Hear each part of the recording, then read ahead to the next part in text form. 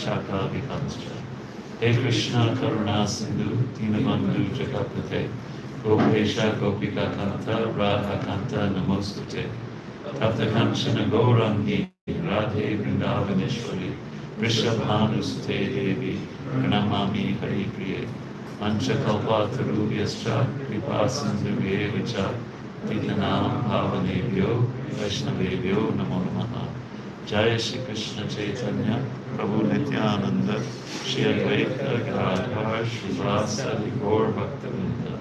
Hare Krishna Krishna Krishna Hare Hare Hare Rama Rama Rama Hare Hare.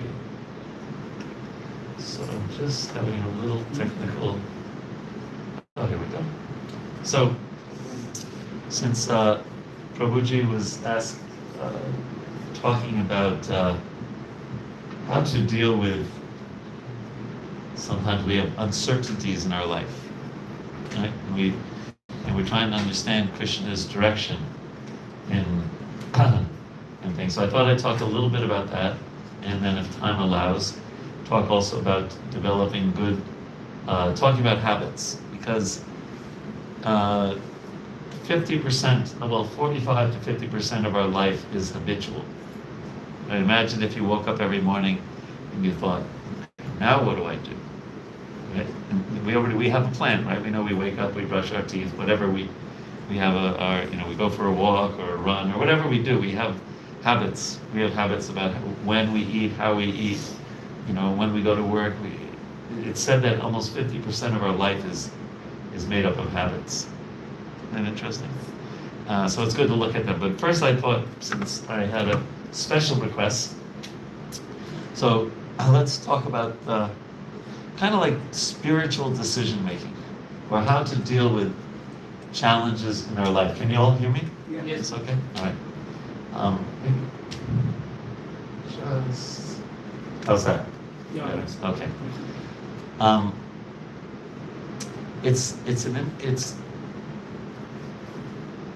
It's a very good practice to consider where is our ultimate solace, our ultimate shelter, our ultimate rest.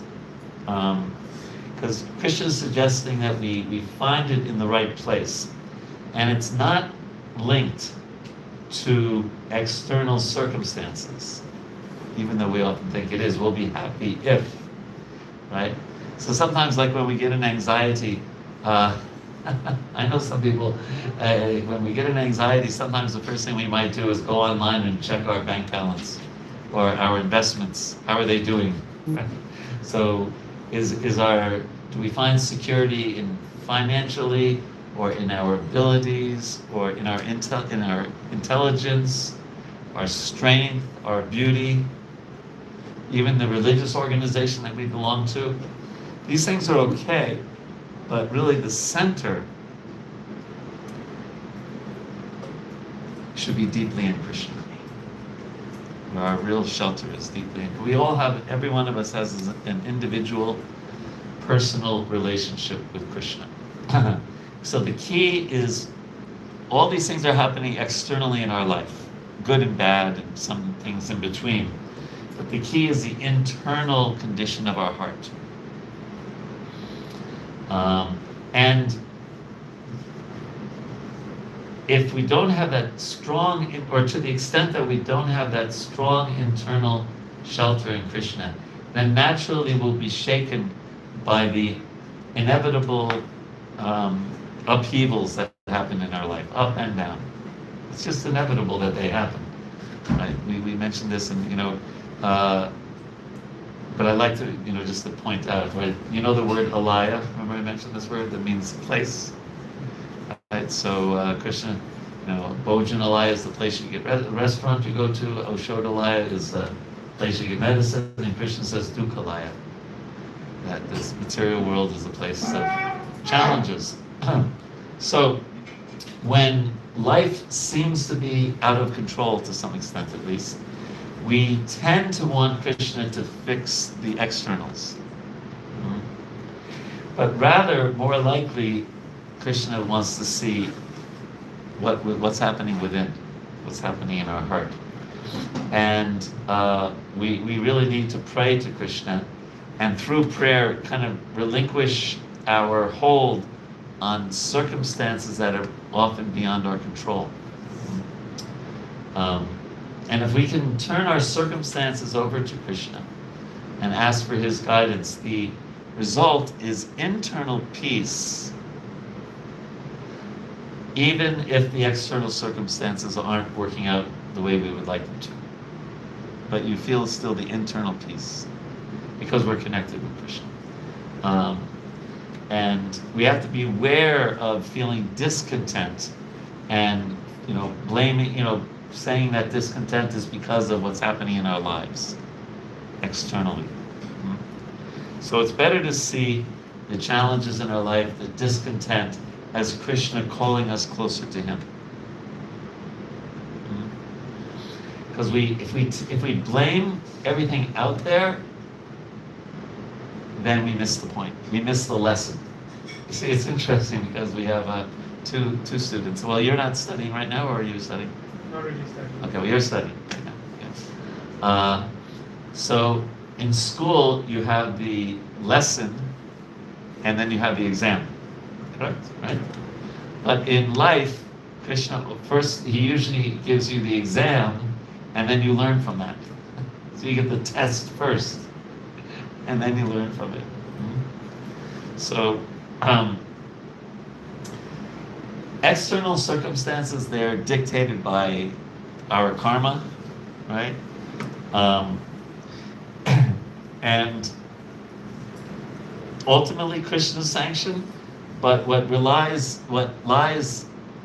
is our choice is how we relate to them, the challenges with the externals. So we really need to take shelter of Krishna. That's what we have to do. That at the time of death. We've been struggling financially and with relationships and things like that for so many lifetimes. And so here's when we have some challenges in our life, we deal. That doesn't mean we don't deal with them. I once had a professor who said at University of Michigan, who said it's okay to have your head in the clouds as long as your feet are on the ground. So Krishna conscious philosophy is not that we don't deal with the externals, with life and all of that, but first we think of Krishna. In the 8th chapter of the Bhagavad Gita, Krishna says, Tasmat sarveshu kaleshu mam anusmara yudhyacha. Anyone know what that means? Mam anusmara yudhyacha. Mam means me. Anusmara, what does that mean? Yeah, think of me. Mama Nusra. And then Yudhya, you know Yudhya because you're in the army. It means to fight, because that was Arjuna's dharma. So, we whatever our occupation is, our Yudhya. And then he uses the word cha. So Krishna puts that in the right succession. First, remember him, and then deal with life. So we're not saying, just pray all day and don't do anything and let's see what happens. But we first take shelter of Krishna, and we remember that Krishna he's all powerful and he's all loving. Those are two nice ways to meditate on Krishna. He's all powerful. He can do anything. He has strength. He can even purify our heart, and he's all loving. It's a very nice combination. If somebody was all powerful and not all loving, wow, that would be a big problem, right? And if somebody is all loving but not all powerful, it may be really nice to be with, but they can't help us very much. Krishna does both. So we're asked by the Shastra, by Bhagavad Gita, to trust that we're never alone, we're never abandoned, we're never forgotten. But rather that kind of faith is a proactive living way we live, a choice to have that kind of trust in Krishna. Because we are asked to walk by faith and not just by sight. Right? Because often what Krishna is, the lesson is often around the corner and we don't see it yet. Anyone ever have that experience in life? That when you're going through something, you're wondering, what is Krishna, what is God doing? And then later you say, oh, that was His mercy. That was real mercy. Anyone ever had that experience in your life? Yeah, I've had that many times. I told this story I can't remember where I tell stories, but I told the story the other day of the king and the minister. Were you there for that? The king got in an accident. He lost one of his fingers. Yeah. Maybe not everyone was there. Is that right? No, not really. Okay, so know the story. You know the story. Okay, so everyone knows the story. So, but it was Krishna's mercy ultimately. And I remember one in my life. I've had many experiences like that. One of them was really a major one. Was even so. This was like 1980s, and a good friend of mine was like arranging my marriage. Even I was okay for arranged marriages, and I met the parents and I met the young lady one time, and afterwards she said, "No, I'm not interested." And I was like really distraught. I was really not very happy. I was, oh Krishna, like that. But then, of course, I met. I was introduced to my my wife, of 37 years, and she's a wonderful devotee, and we have a wonderful son, and all that. But when I was going through it, I was feeling so bad for myself. But now, when I look back, I say, "Oh, that was Krishna's mercy." So I'm sure we all have big or small things like that. So the idea, again, is just to, when we're going through difficult times, Krishna has our back. We may not see it right away, but he cares for us. But he knows what's best for us, and he's taking care like that. So any comments, questions on that? What questions or comments or thoughts do you have? Not a question, but it's just a thought. So we always believe there's whatever happens for good, and then the realization comes later when we have start seeing the outcome of those actions. But here the problem that comes in when you are taking a decision. For example, if I'm taking a decision, I know within the external factors that is surrounding me, I have to take myself as calm. Right. Like you mentioned that we have to take solace under that shelter. But because of our decisions, there would be certain impact which might hurt or it might tease someone. Other people. Yeah. So in that case, what happens to my karmic account in this? My karmic account. So your karma account. Yeah. If so you will that be considered as something which is for a purpose or something else at this time? Well, in terms of your karmic account, if we can do things for Krishna's pleasure, then there's no karma. There's just there's three kinds of karma. There's akarma. I'm going blank. Vikarma and karma. Right. So karma means like doing our duty, right? And we get some result from that. Akarma is in bhakti, in devotional service, where you're actually cleansed of your karma. And vikarma is doing things only selfishly. And we take on a lot of karma for that, right? Karma can lead to, a good result in the next life. Akarma leads to a great result, being with Krishna in the spiritual world. And vikarma, destination unknown. Put it that way, right? So we don't always know exactly what's right. What's the best decision. But if we are remembering Krishna and making the best decision that we have with the information that we have at that time, that is all that can be expected of us. We don't have a crystal ball. We don't know, when we make a decision, there's almost always trade-offs in life, right? Isn't it? If what's your name? Ayush. So Ayush, if he goes to this university, that means he's not going to that university. And this one has a better this, and this one has a better that. And America has this, and Singapore has that, and India has this. There's almost always trade-offs in this world. Nothing's perfect, right? And that, you know. So, but if our intention, see, Krishna sees our heart, and if our intention is to serve him, and if our intention is to serve his devotees, then that's not good. That's perfect. And then the results are karma and other people's karma and the world as we know it, right? Who knew that the world would be in the situation it's in, a year ago, right? With prices and things like that. So there's some things that are beyond our control. There's a nice, anyone ever heard of Stephen Covey? He wrote a book called The 7 Habits of Highly Effective People. And in one of them, he talks about 2 concentric circles, the circle of influence and the circle of concern. This is very Bhagavad Gita-ish, right? The circle of concern is things that we worry about, but we have no control over. And the circle of influence, which is inside the circle of concern, are things that we can actually do something about. When we're in the circle of concern, we get depressed, we get anxiety, because they're beyond things that are beyond our control. Right? But when we work in our circle of influence, that's that we become inspired, enlivened. We do something that we can actually do something about. So, like, you might not be able to change global warming, for example, but you can buy an electric car or whatever.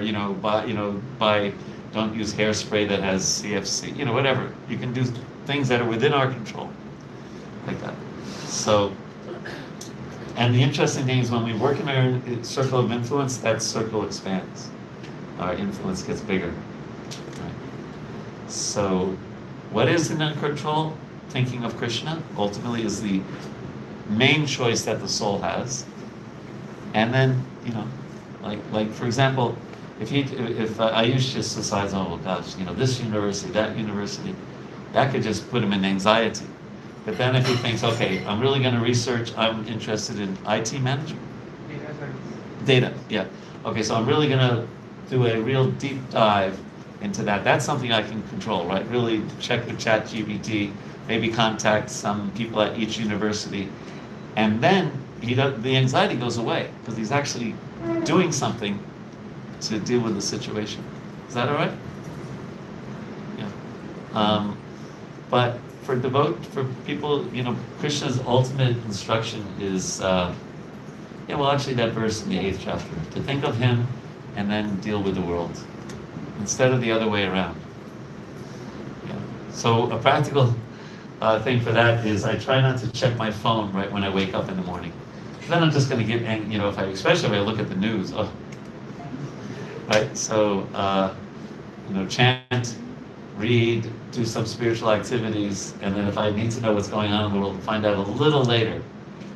And then I'm in a much better frame of mind to deal with whatever that latest news is, instead of the other way around.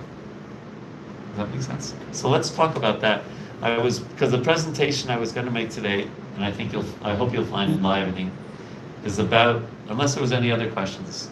Is there another question? Okay. It's about habits. So, because if 50% of our life is made up of habits, right? Which, scientists say it's 45%, but we'll make it 50%, whatever, almost half, right? It's good to examine them, right? It's good to kind of go up in a helicopter and look down at how we spend our 24 hours, or a balcony, either way, it's the same idea. So, our spiritual master, Prabhupada, he gave us some very clear habits that he wanted us to adopt. One, rise early in the morning. Even in English, they say, what is it? Early to bed, early to rise. Anyone know the rest of that? Yeah, it makes a man healthy, wealthy, and wise. Right? So, he suggested that. Because in India, I spent a lot of time in India. I spent 21 years. So I didn't introduce myself. Maybe some of you don't know me. My name's Vraja Bihari Das. I'm from New York originally. I went to college in Michigan. I dropped out of school to become a monk, a brahmachari, and I did that for about 12 years. And I met my wife, she's from Ireland, and we got married, and then we moved to India, and we lived there for 21 years. And I was running an educational program in India, but then I got into conflict resolution, and I went back to school to get a degree in that, postgraduate degree. And then I started working for the Supreme Court in India, training the judges in the Supreme Court and the high courts around the country in conflict resolution and settling cases outside of court. And then 15 years ago, we moved back to America, and my wife's the president of our temple in Washington, D.C., and I was working for the U.S. government, and I retired from that, but now I'm a consultant for NASA, and I work with NASA in conflict resolution. There's a lot of conflicts in NASA. Scientists and engineers fight with each other a lot. So that's a little bit about me. So, and I've been trying to practice bhakti, I guess, for about 50 years. Yeah. So Prabhupada told us to rise early. He told us to chant on our beads at least 16 times around if we get initiated. He asked us to have a morning of spiritual practices, to read the Shastra, to eat food that's first offered to Krishna, to get not to sleep too little or sleep too much. You know, so there's some habits that we were taught in our training, right? Here's an example of one of the statements that he wrote. He said, chanting japa should be done early in the morning with full concentration, preferably during the Brahma Muhurta time. Concentrate fully on the sound vibration of the mantra, pronouncing each name distinctly. So there was that's all about habits, right? He's saying, develop this good habit. Not that, so what's a bad habit when chanting? Hare Krishna, and you're looking for Hare Rama, things like that, right? We laugh because sometimes we do that. But he said full concentration. And Brahma Muhurta is like a little bit of a time before sunrise, right? It's a very powerful spiritual time. And then hearing the mantra, not like, shnik, shnik, but actually pronouncing the words. So when you think about it, spiritual teachers tell us a lot about developing good habits, isn't it? Yeah. Here's another one that we don't do so often, but it's so interesting. One thing I really find interesting about Prabhupada is he was way ahead of his time.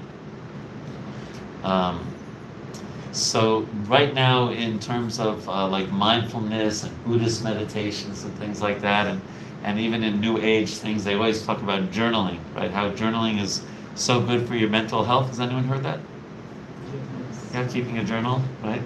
So this was written in 1970 before it was a thing, right? He said, realization means you should write. Every one of you, what is your realization? You should write what you have realized about Krishna. Whenever you find time, write. Never mind 2 lines, 4 lines, but you write your realizations. Right?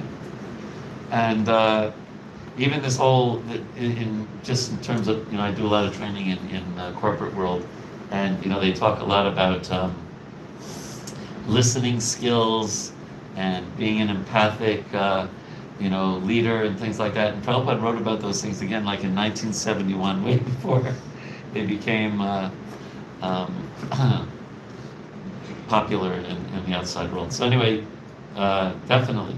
And then there were some habits that, Prabhupada told us to try to avoid, because habits are on both sides, the yam and niyam, the what to do and what not to do, right? So he recommended to us to not gamble. I did some work several times in Las Vegas, and I would sometimes go into the casinos just to like see it. And I learned a lot about casinos talking to some of the owners. They're very tricky. They're very, what do they say in Hindi? Chalu. There's no windows, and they pour extra oxygen, and they kind of have the walkways in such a way that you go to the ones where they make the most money. But the other thing, with no windows and more oxygen, the idea is you stay there longer. So it's not very nice. But I always look at the faces, people are almost always in anxiety. in them. So I tried to go. I took a little walk the other day to I forget the name of it, but there was a casino there here in Singapore, and like Harry Potter thing and Paramount Pictures or something like Universal Studios. Sentosa. Yeah, Sentosa. That's right, Sentosa. But they said no, you can't go in. You need your passport. I don't gamble there, by the way. I just like to look at, you know. Yeah. Anyway, gambling. He told us to avoid. He told us to avoid intoxication, eating meat, fish, eggs, sex outside of a marriage, or speaking ill of other people, right? Or overeating or oversleeping. You know, these were habits that he told us to avoid. So, what is a habit? A habit is a regular tendency or practice, especially one that's hard to give up. Has anyone gotten a habit you're trying to give up, and it's not so easy, right? Sometimes, yeah.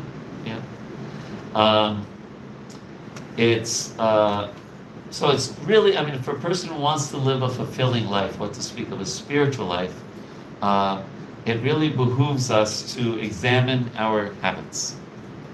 Okay? Because what habits do is they make things easy. That's the actual idea, right? So, like I said, if you wake up in the morning and you had to think about what to do, no, we brush our teeth, we take a shower, whatever. You don't have to use all this mental energy when you have a habit. Imagine if you were driving to work every day and you had to remember, how do I get there? Right? No, we have a habit. We know turn left here, turn right there, do this, do that. Right? We know all of these things. We know how to use our phones, etc. And the interesting is when we change our habits, we change our life. That's a fact. Because if 50% of our life is habits, you improve your habits, or you get rid of habits you don't want, or you attain a new habit that you do want. Huge change in your life, our lives, including myself. Yeah.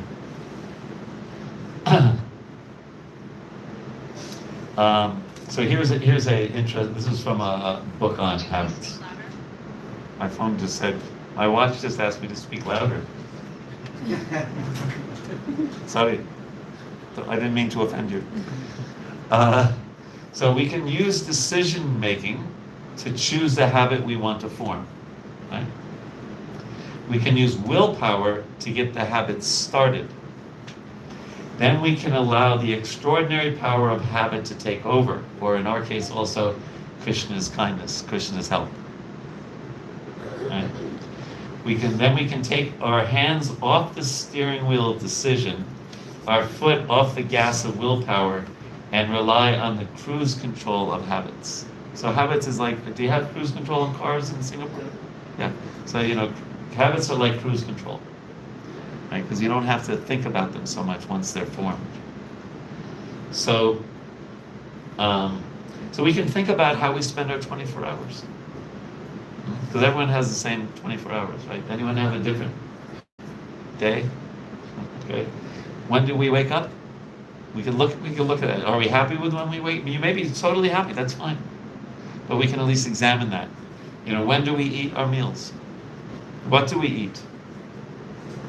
Right? Like, I'm 67 years old now, so when I was young, and I could eat, a mountain of halava and, 15 pakoras and, whatever, and not think about sweets or fried things and things like that. But now, it's good to eat healthfully. It's good to eat. The most important thing is to eat food that's offered to Krishna, prasadam. After that, it's good to choose the kind of prasadam that is actually good for our health, isn't it? Yeah, feasts like last night, there was a big program, and feasts is one thing, but anyway, and if you're Gujarati, you're in big trouble because you eat sugar just like it's a default habit, isn't it?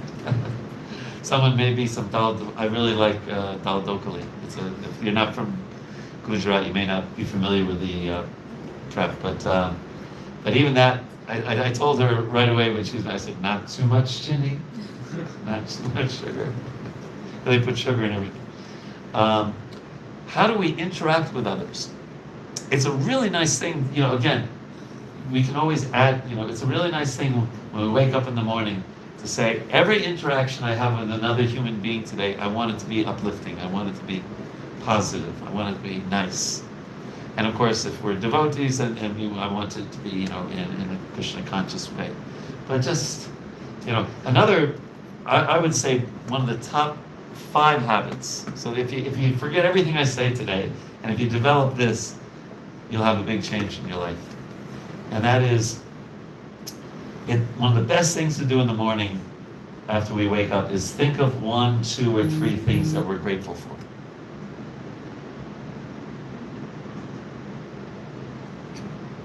It's very hard to be in bad consciousness when we're thinking of gratitude, when we think of things that we're grateful for. It's really hard. I challenge you to be depressed and unhappy when you're focused on gratitude.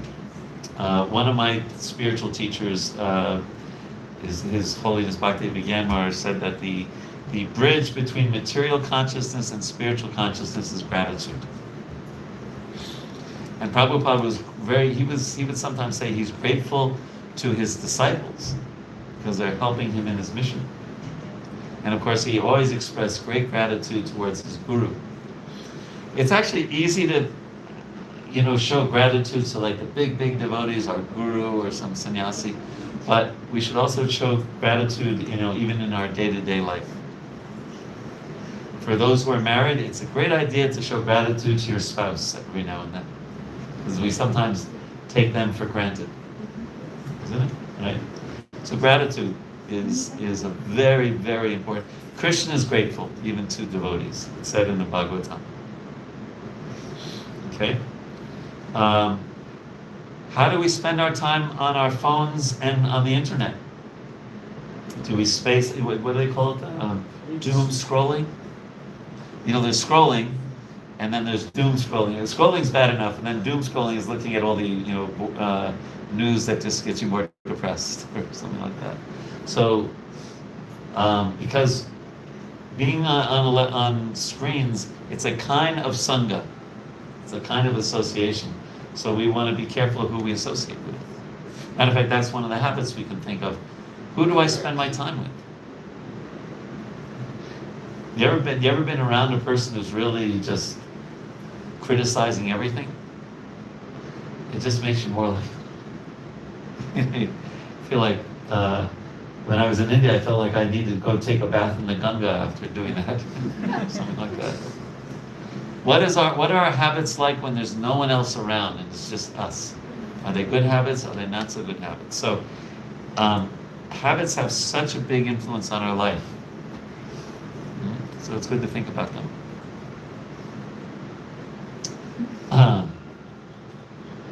What do we do when we're tired? I don't know what it's like in Singapore, but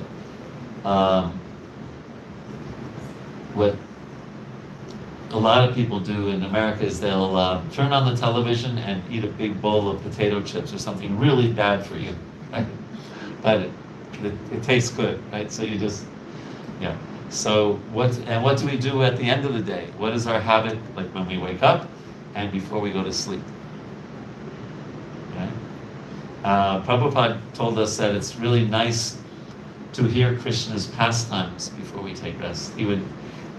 He summarized the Krishna's pastimes in the 10th canto in the book Krishna Book, we call it. It's called Krishna Book. And when we were monks, we would have hot milk with a little turmeric in it, and a little chili, and read Krishna Book together. And all the monks would come together and read about Krishna's pastimes in Vrindavan especially. And it was a wonderful way to end the day.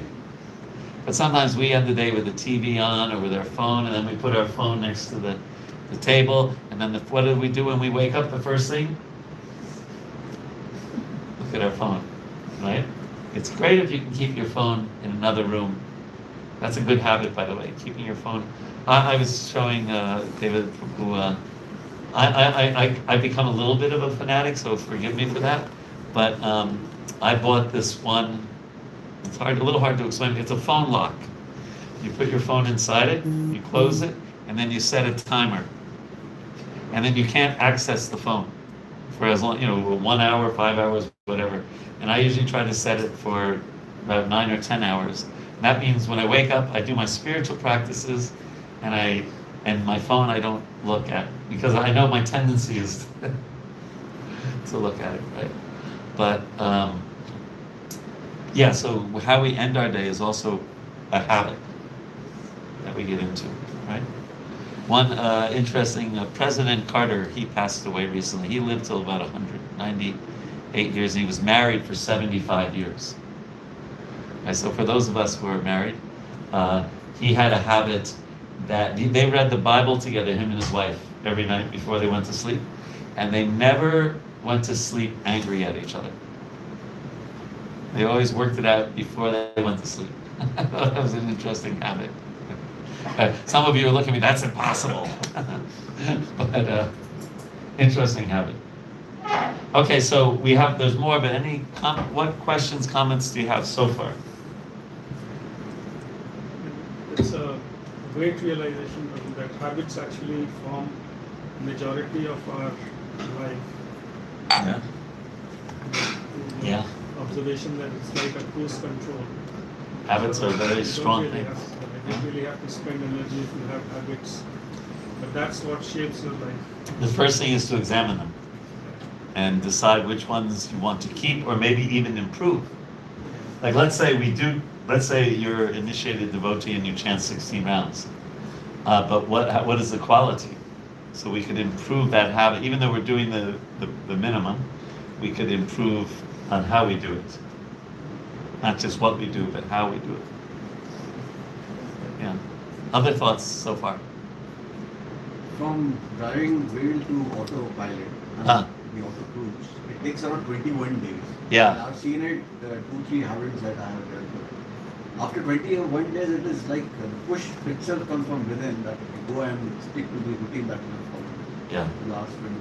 Did people say different things? You say 21, some people say 60, 30, but whatever it is, it's not eternal. Right? But some of the habits are really difficult because I remember when I used to smoke. So even after 2 months or 3 months, I would feel that it's a great achievement that I have left it for 3 months now. So probably it's a time to celebrate with a smoke. Yes. I think we'll talk about that later. We could talk about, remind me to talk about the way, anyone know how to spell rationalize? R-A-T-I-O-N. Go ahead. R-A-T-I-O-N. R-A-T-I-O-N. A-L-I-S-E. A-L-I-S-E or Z-E, depending on, yes. So if you're English, S-E, if you're from US, Yes, Z. but I have a new way to spell it. R-A-T-I-O-N-A-L hyphen L-I-E-S.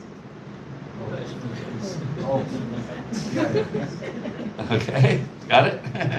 We're very good, I'm an expert at this, but our minds are very good at saying like, Bag me, I'll start tomorrow, Yeah. right? Or I've done so well, I need to celebrate by doing the thing that I gave up, right? Or, yes, there's jalebis and I'm gonna eat 5 of them, I'll start my diet tomorrow, Yeah. right? We're laughing because we know these things, and the mind is very chalu, very tricky person. Yeah. So, yes. So we do these different rational lies. Yeah, so good.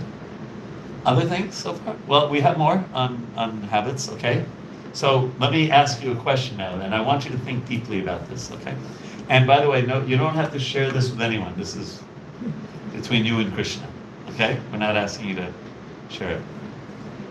If you could magically, effortlessly change 1 or 2 habits in your life, what would it or they be? So think about that for 45 seconds. If you could magically change one of your habits, either get rid of one or acquire a new one, what would that be?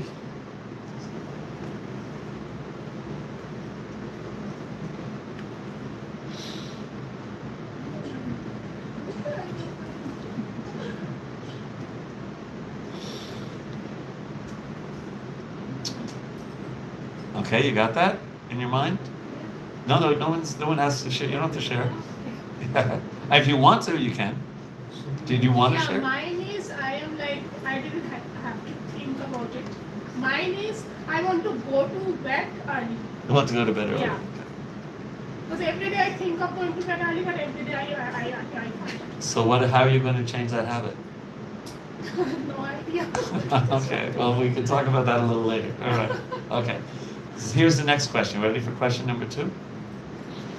If people around you, maybe your spouse or your roommates or your parents or, someone very close to you who knows you very well, if they could change one of your habits, what would they choose?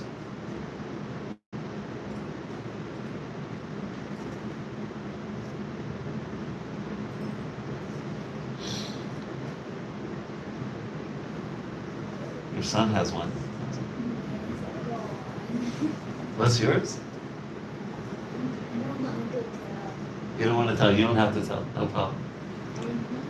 It's okay. We'll keep it confidential. Now, it's interesting. Are those habits the same? Some people it is. Some people I think it's going to be different. The one that you would change, or the one that someone who knows you very well and very close to you would change. Right? Sometimes they're different. Some people are different.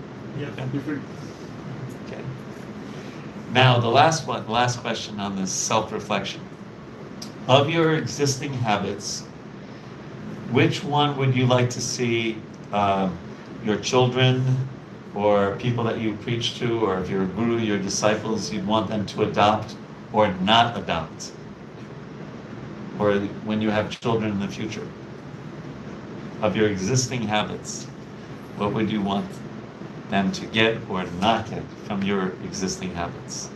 And again, I'm not going to ask anyone to.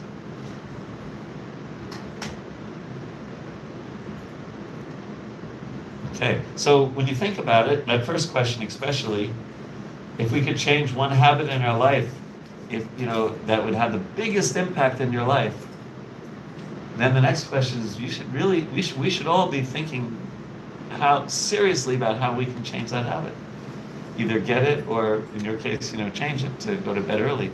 If it's going to have if something we decide is going to have a positive impact, why wouldn't we want to have a positive impact, even if it's hard?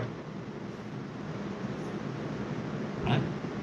Sure, it may be hard. I was going to say, I don't know if this is in your case, but one of the worst habits I find in India, like I told you, and now, oh, by the way, now I split my time, half a year in India and half a year in America. Because I can do my NASA work, it's all virtual. It's all Teams and Zoom. Yeah. One of the worst habits I see in India, especially in the metros, it wasn't like this in the villages that I used to visit in the 1980s. People eat so late at night. And they have their big meal. It's the worst thing for your health. Ayurvedic says, the biggest meal should be around noon. That's when digest. And they have 10 o'clock, sometimes 11 o'clock. And it's just, isn't it? Isn't it? Many people in India, right? Oh, that's a really not very good habit even from just a health point of view. Yeah. Okay. So please think about that. Seriously, think about that one that you came up with, or two, and think, what are you willing to do what it takes to change that habit? However easy or hard it may be. Good habits are hard to gain, but they make our life better.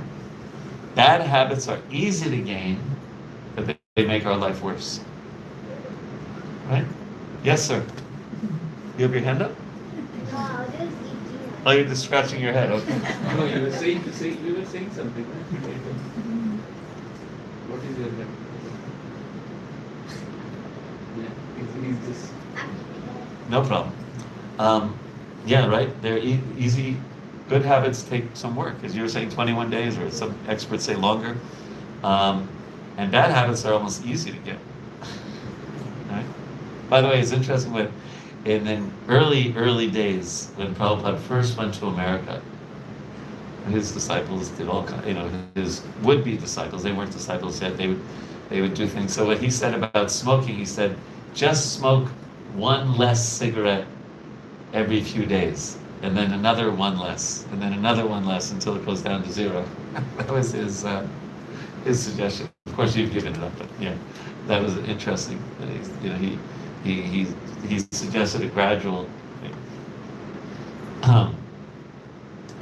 Okay. When I ask practicing devotees this question, about what habits would they like to improve, they usually come up with 2. And when I ask people in the corporate world, they usually come up with 2, but they're not the same. Right? When I ask devotees, they usually talk about reading Shastra more or chanting better. And when I talk to people in the corporate world, they usually mention health, improving their health, exercise and all that, and spending a little less time at work and more time with their family. Because, especially, Singapore, I was just in South Korea. The work ethic there is crazy.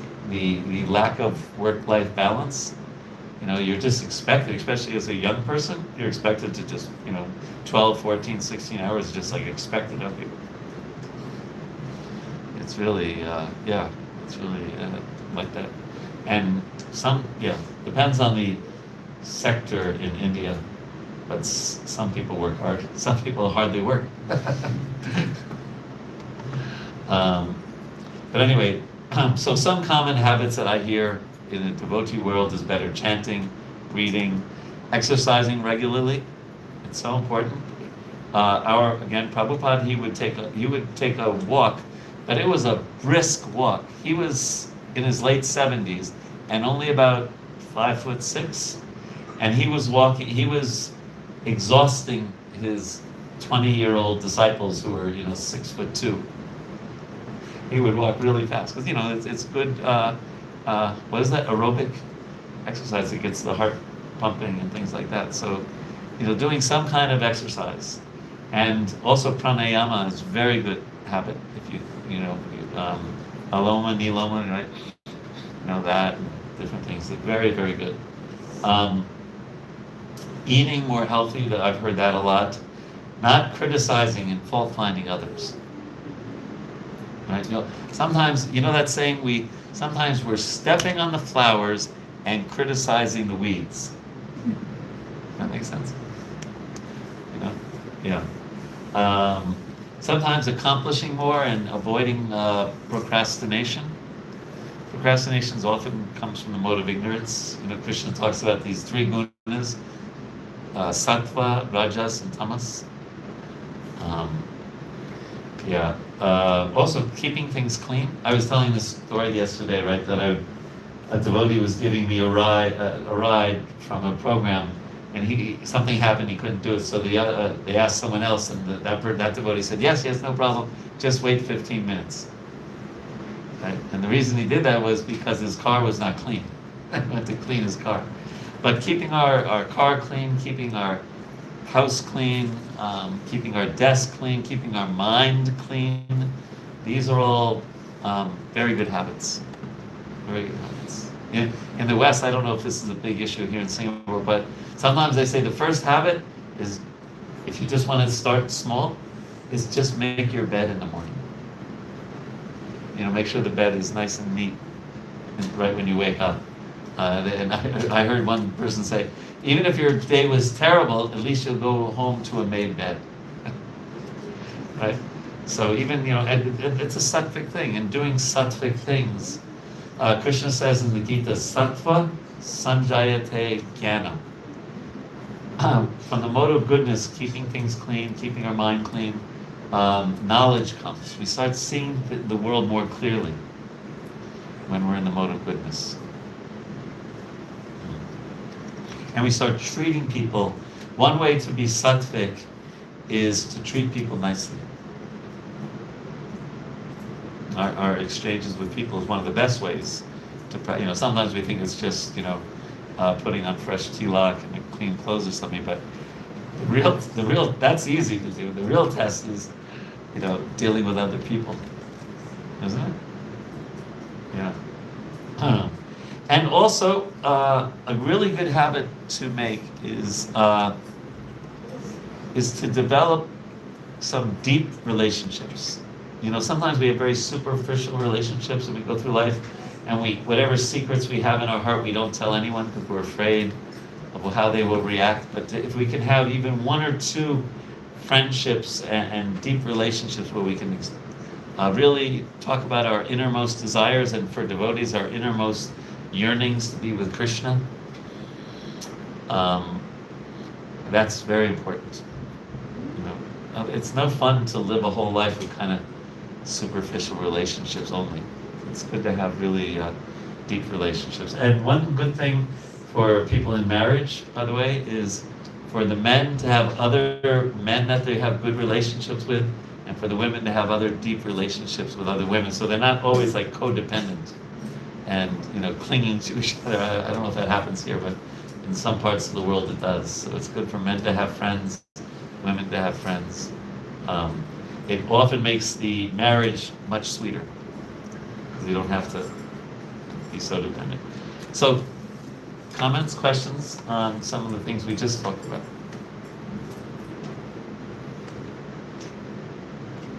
I ask, if you have facing problem. We have what kind of problem? If you have facing any problem, any kind of problem, you have to ask something to Krishna. Yeah. First question, and then second, if you feel very bad, if you devotee something to anything, people say criticize, but you have to share your feelings, otherwise you inside you so disturbed whole day. But you have to friend. People are saying, my Prabhu also say, no, there is no criticize, but I have something and feel bad. How I express? Oh, yeah. Well, okay. So, yes, venting or letting things off our chest can be beneficial. That's my profession. That's what I do all day. I listen to people complaining about things. That's my service, and what I do for NASA as well. The other side is being a good friend means listening carefully and keeping confidential. Confidentiality. If you break confidentiality, that breaks a relationship, right? So one important thing in friendship is to really be faithful to that friend and make sure that if they do say something, even they really want to get something off their chest, and it might even be a little critical, but you don't say, oh my God, you wouldn't believe what I heard from her. Ooh, and yeah, so sometimes you're right. Sometimes, see, I don't know exactly, well, yeah, when we vent, we often, because venting or being critical or being upset or being angry, fearful, anxiety, those often come from rajas and tamas. When we sometimes let them off our chest, not in public where we're hurting people, but like with a trusted friend, we often rise more to a sattvic understanding, and then we start even preaching to ourselves.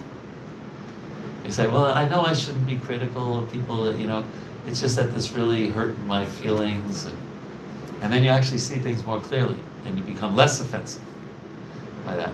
Yeah, so it's good if you know people in your life who can do that. You can be of service to them, and they can be of service to you. Guyam akyati prichtati is the Sanskrit, revealing one's mind in confidence and inquiring confidentially. This is in a book called the Upadekshamrita by Rupa Goswami. Other thoughts on habits so far? Quite afraid of having some facade on the habit, right? So I was Yes. talking about having early dinner, not late night dinner. So my wife started calling it, let's have evening lunch Yeah. or late lunch. Yeah. I mean, that's facade when you're just trying to avoid, just to give another name, just to please yourself. So that is also happening. I mean, But that's not so bad, right? But do you have a evening dinner after the evening lunch?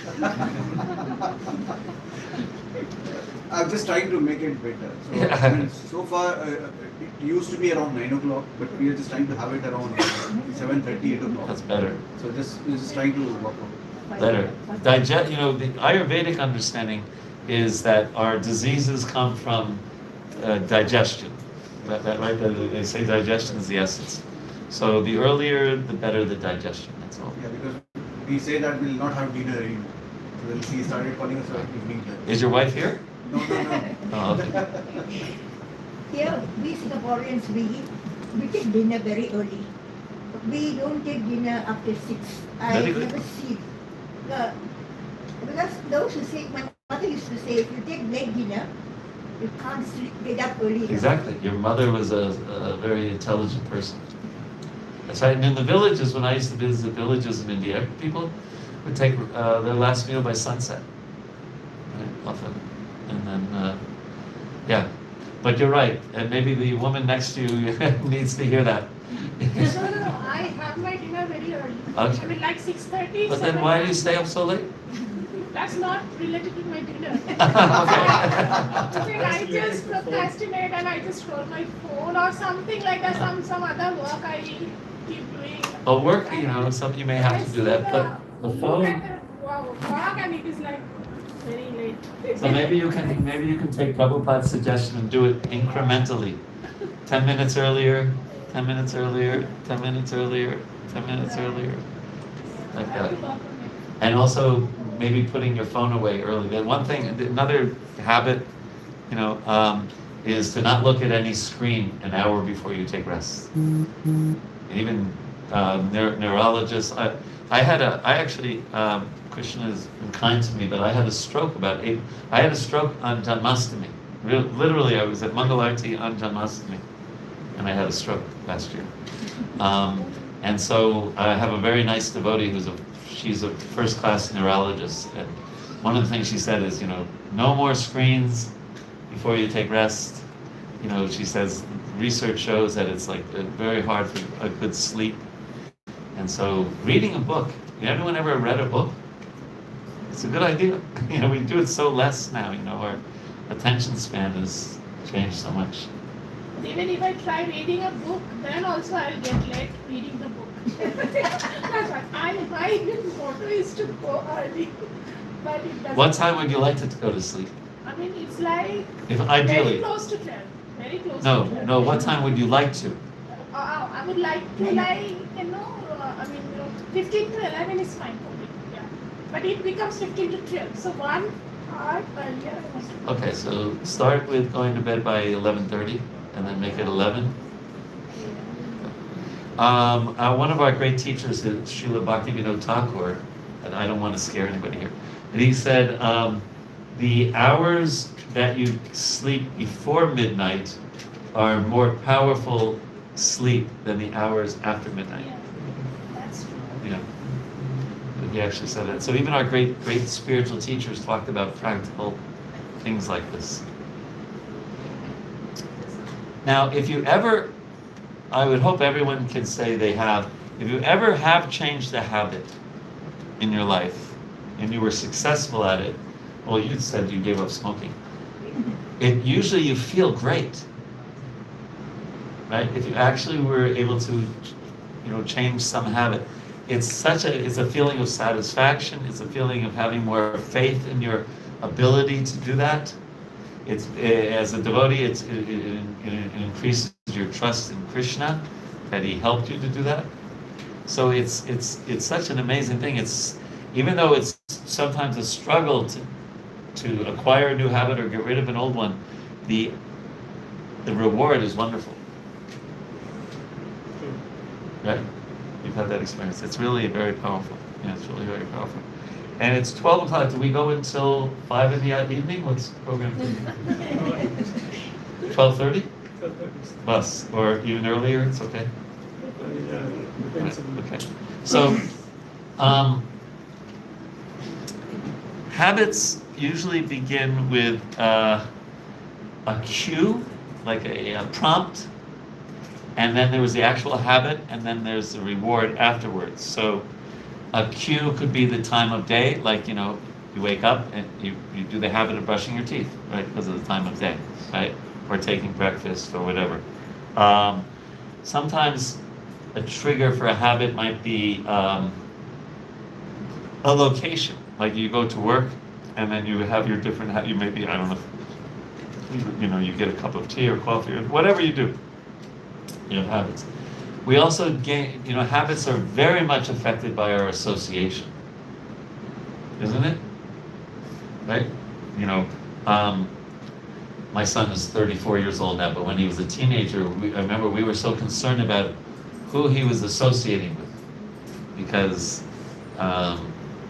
there's a saying in almost every language of the world, something like, "Tell me who you associate with, I tell you who you are." We're very, very affected by our association. So, what we just did, like when they say, anyone remember what they tell, especially older people like myself, how can you remember to take medicine? Because that's one of the big problems, right, with older people, right, is remembering to take medicine. So they say to link it with something you do every day. Like if you eat every day, let's say lunch, right after lunch you take your medicine, right? So you try to link that habit with something you just did. Sometimes our emotions trigger a habit, right? If we're in anxiety, for example, I won't ask anybody, but sometimes for some people, they eat. Right? They just eat potato, something that's not usually so good, but they eat something when they're anxious. Or, what do they say, when the going gets tough, the tough go shopping. And these days, of course, you just have to, what is it called, Shopee? Yeah, right? Or Amazon or whatever, right? Or you go to one, there's so many malls. And when I was walking around Singapore, just trying to find things in chanting Hare Krishna, when I sweated too much, I could find a mall, and then walk around the mall for a little bit, for a walk. But when what habits do we take shelter of when we're in anxiety, fearful, etc.? Eating is very common. Eating's common, yeah. Some people do, really things that are not good at all for them. Of course, the idea ultimately is to take shelter of Krishna and pray to Krishna and remember Krishna in those difficult times. Or something we see or hear disturbs us. That's one of the problems with going on the internet and Facebook and Instagram. Well, Facebook, you see how old I am, right? Instagram, right? Or things like that. Because inevitably you're going to see something after you do enough scrolling that's going to get you angry or disturbed, isn't it? Usually, right? So then what do we do after that? What habit do we take shelter of? So, and Krishna says in the Gita, in chapter 2, verse 62, he says, Dhyayato visayapum sangaste chupajayate, that when you meditate on the objects of the senses, when you meditate on things that will give you pleasure, we usually take action. Right? And then he also says that, because in another verse just before that, 3 verses before that, Vishaya vinivartate, niraharasya dehina. He talks about there by habits also. He says that you see a lot of things about getting rid of bad habits is trying to find a replacement, right? Like for example, okay, I want to go to sleep earlier.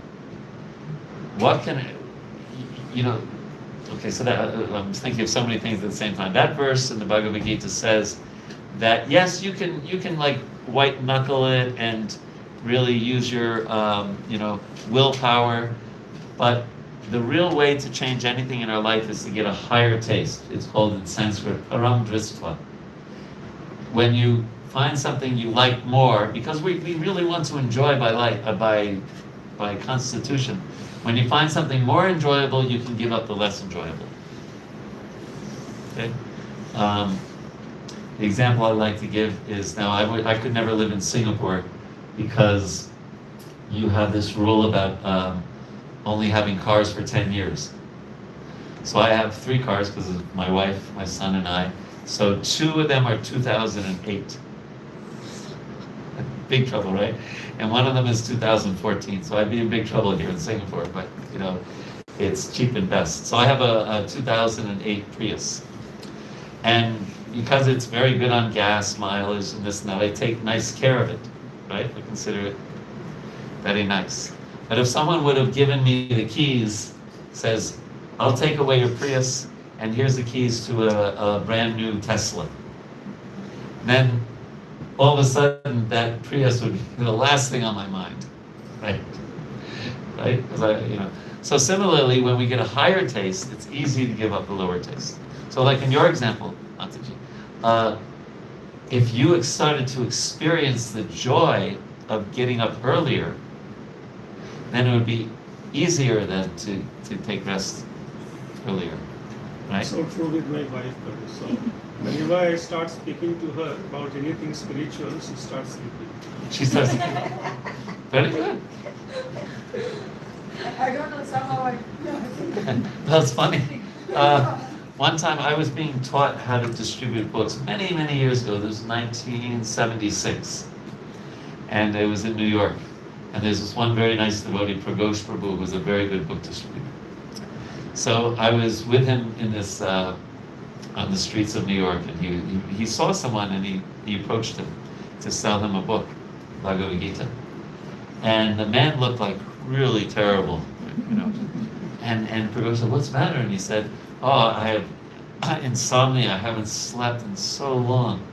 And he said, I have the cure for you. He takes out a Bhagavad Gita. He says, we have a temple just a few blocks from here. We have a class every day, right?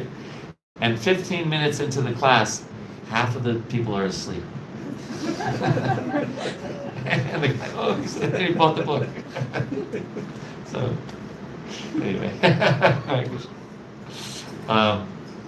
So yes, it's easy to replace habits when there's a reward at the end, right? And that's why I say, good habits are hard to get, but they make our life much better,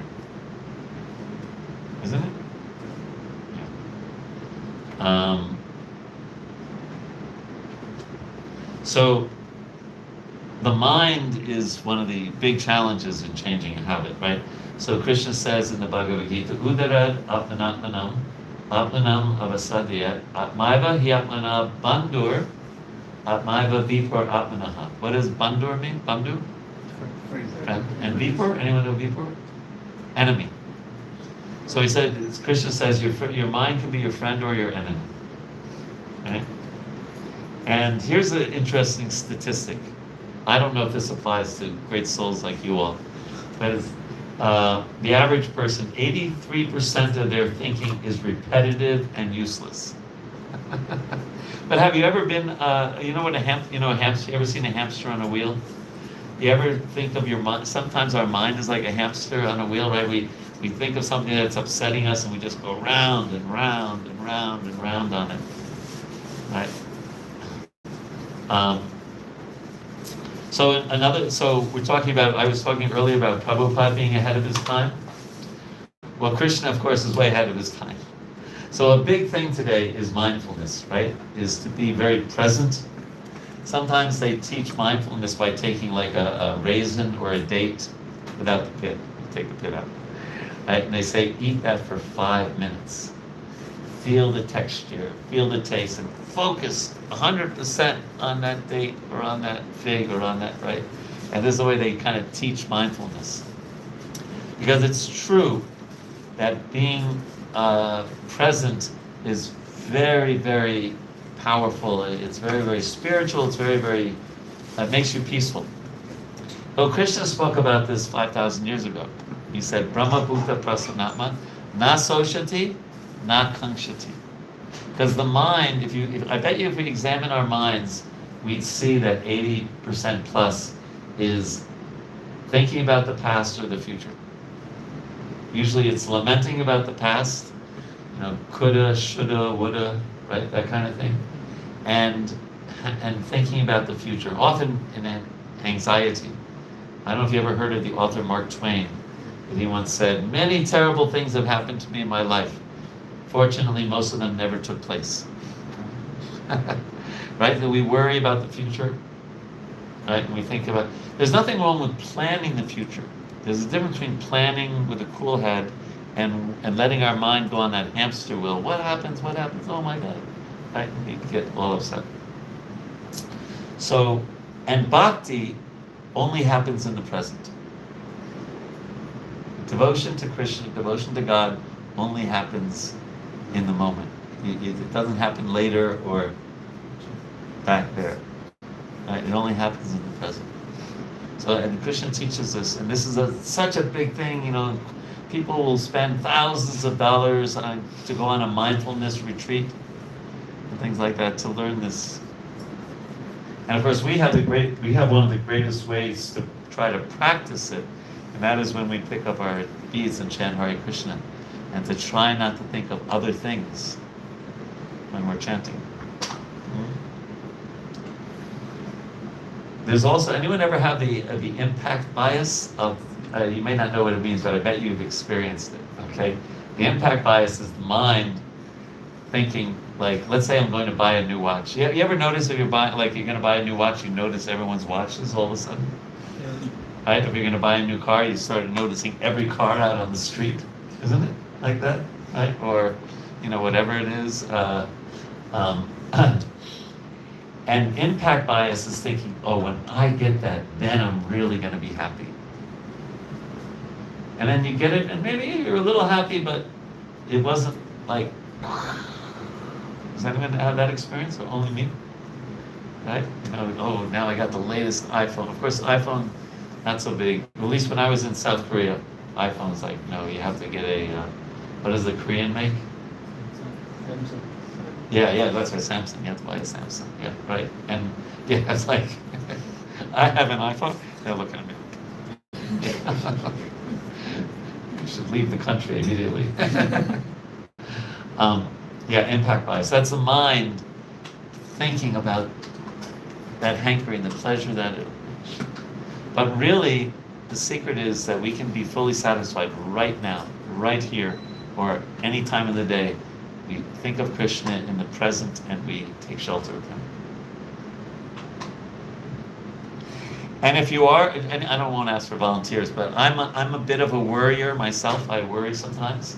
So one thing that I've actually tried, and it actually works, is I set aside 10 or 15 minutes to just worry about anything.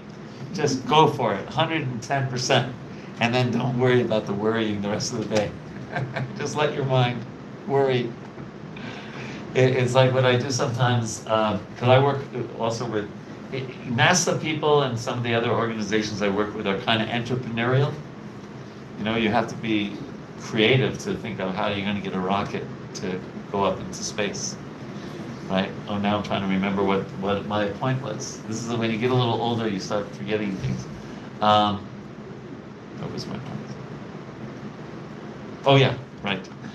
So what I started to do in both in NASA and some other organizations, I've even done it with devotees sometimes, is let's have a failure festival. Get together and everyone just talk about your failures, what went wrong, what you did wrong. And I know it sounds crazy, but it actually has been very powerful, because then people can actually be honest, they can express things. And then with devotees we go, okay, now you failed at this, that, Ram. Now forget about it and focus on Krishna.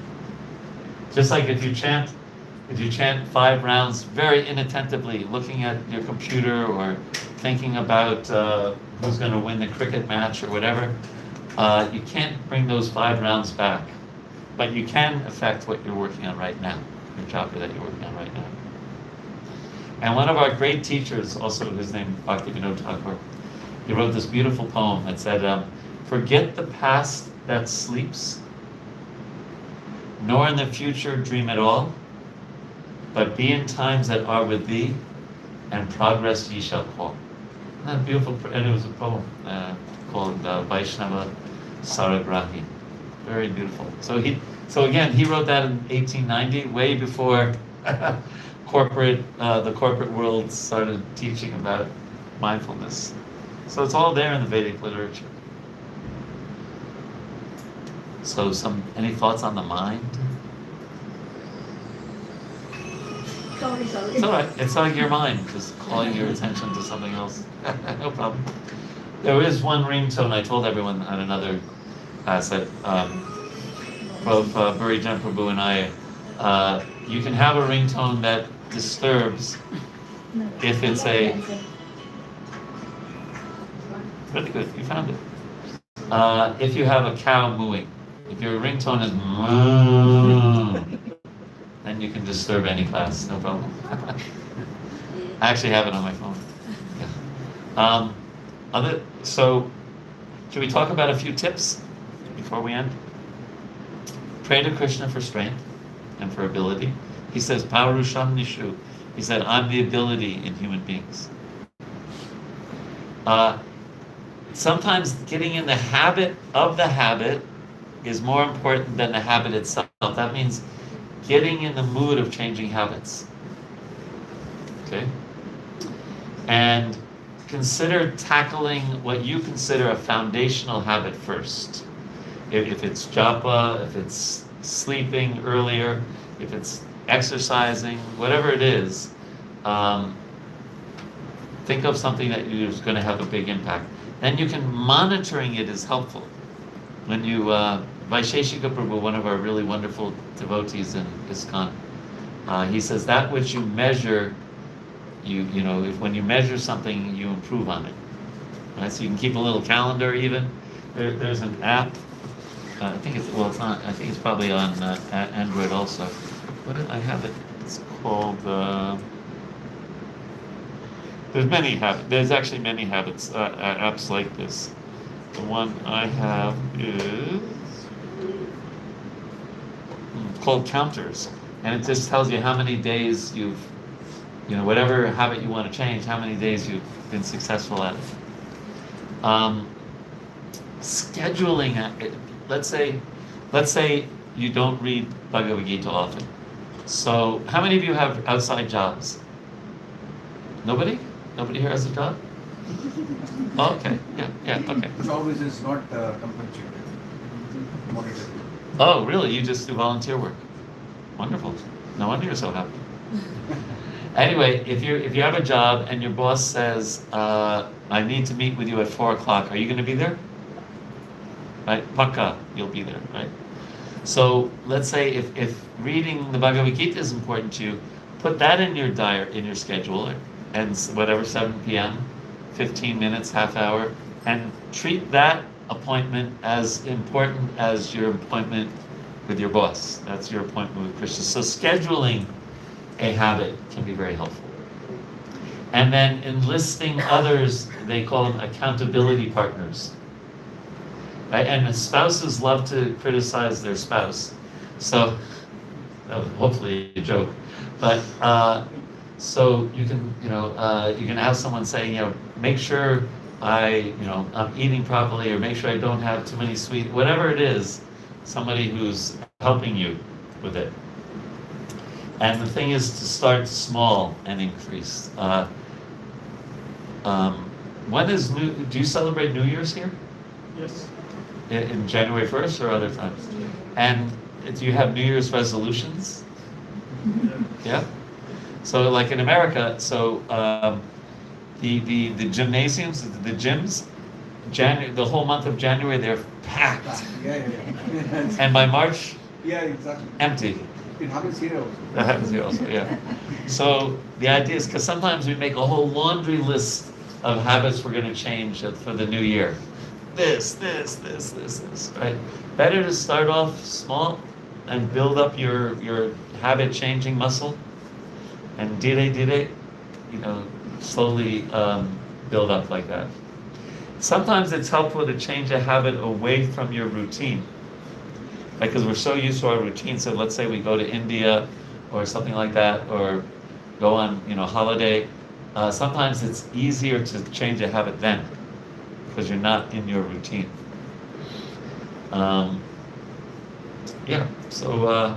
The loopholes. Here's some of the loopholes, some of the rational lies. I've been so good, I can do right? Tomorrow I will start being really good. Therefore, I can do anything bad today. How about false choice? I need to write this email. I'll start chanting later. Maybe there's another choice. I'll chant now and I'll do the email later. How about this one? Concerns for others. It would be rude if I leave the program and go to take rest early. Ever, right? Or others are having sweets, so I shouldn't appear proud and reject them. Or this doesn't count. What will one more piece of pizza do? I'm not feeling well, so one day of spaced out job. Oh yeah, well, those are two different things. What will one more piece of pizza or jalebi or gulab jamun or what's a good Indian thing that's not so healthy but tastes great? Samosa. Samosa, yeah, samosa, fried samosa, like really with like fried in 10W40 oil. Right. So yeah. Anyway, you all know better than me.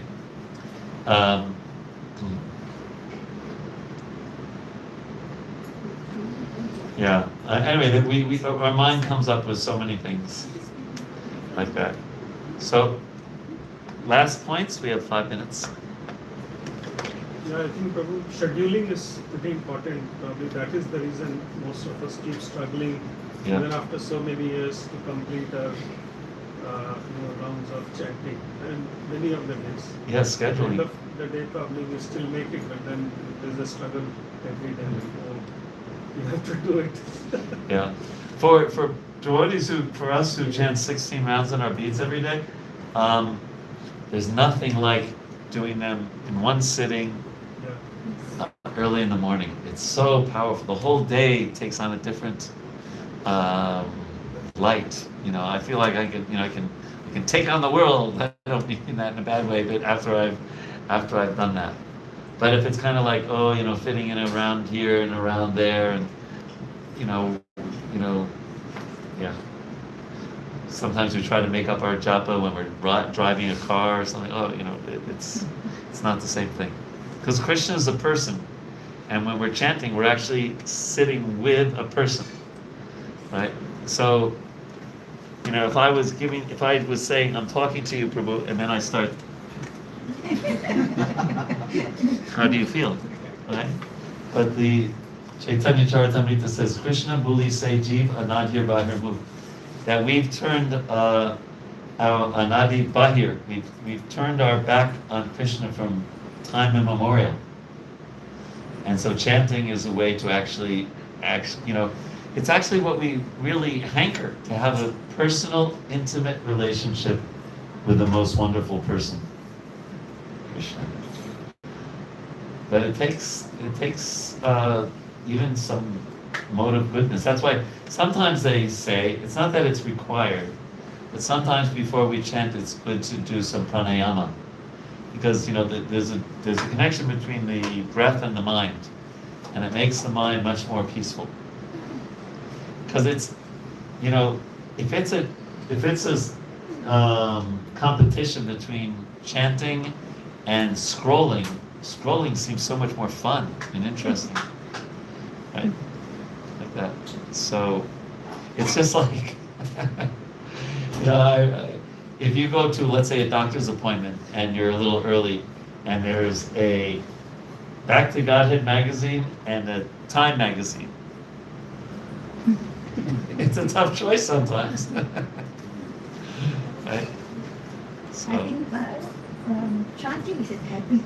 Like myself, my Maharaj, my Bhakti Chaitanya Swami Maharaj is my Bhakti Maharaj. Chaitanya Maharaj? Yes. Ah. When I took my second initiation, he advised me only one thing. He said, Padmini Priya, sit in one sitting, you have to complete your 16 rounds. So I follow my Maharaj as well. 4 o'clock I get up, I complete my 16 rounds. After that I don't even carry my bag. No wonder you're so happy. Yes. He's a wonderful, I've known him for many decades. Wonderful devotee. I'm glad his health has really improved lately also. Okay, so it's been so nice being here. Thank you, Prabhu, for the invitation. And I hope you all, I hope there was something that was helpful Absolutely. in this discussion. And Yeah, so nice being here in Singapore and being with so many nice, bright-faced devotees. I've been here a week now. A little more than a week. Yeah, a week. And Monday I'll go to Manila and to Canada and to US. So I serve 6 months a year at the Govardhan Retreat Center in Govardhan, near about 20 kilometers from Vrindavan. And so please come to Govardhan sometime. And Govardhan Hill is such a powerful spiritual experience. Very powerful. Hare Krishna. HG Vraja Bihari Prabhu ki Jai. Thank you so much, Prabhu. Very nice. Pleasure.